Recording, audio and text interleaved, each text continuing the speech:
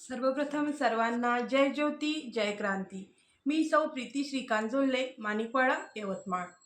11 April 2026 Mahatma Phule यांची 200वी जयंती शुभारंभ होत आहे। त्यानिमित्ताने महात्मा फुले यांनी त्या काळी अखंडाद्वारे मोठे प्रबोधनात्मक कार्य केले, ते आजही उपयुक्त असून त्या अखंडादी काव्यरचनेमधील मी सादर करीत आहे काही अखंड। हेळ सांडकरी नियत वृत्तीची, हेळ सांडकरी नियत वृत्तीची, मात दुर्गुणाची संसारात।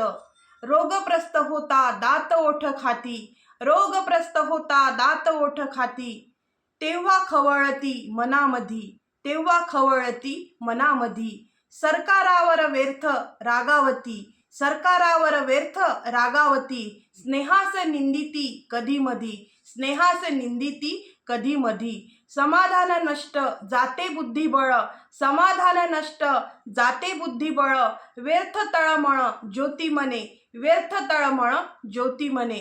यामध्ये महात्मा ज्योतिबा फुले म्हणतात, माणूस आपल्या चांगल्या सवयीकडे दुर्लक्ष करतो। दुर्गुण वाढल्यामुळे जीवन रोगासारखे दुःखी होते।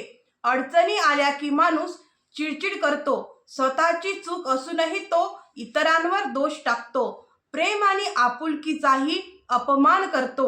त्यामुळे मनशांती नष्ट होते आणि बुद्धी गोंधळते। शेवटी माणूस व्यर्थ त्रास सहन करतो। यामध्ये ज्योती म्हणतात, माणूस स्वतःच्या वाईट सवयीमुळे दुःख भोगतो, पण त्याला ते समजत नाही।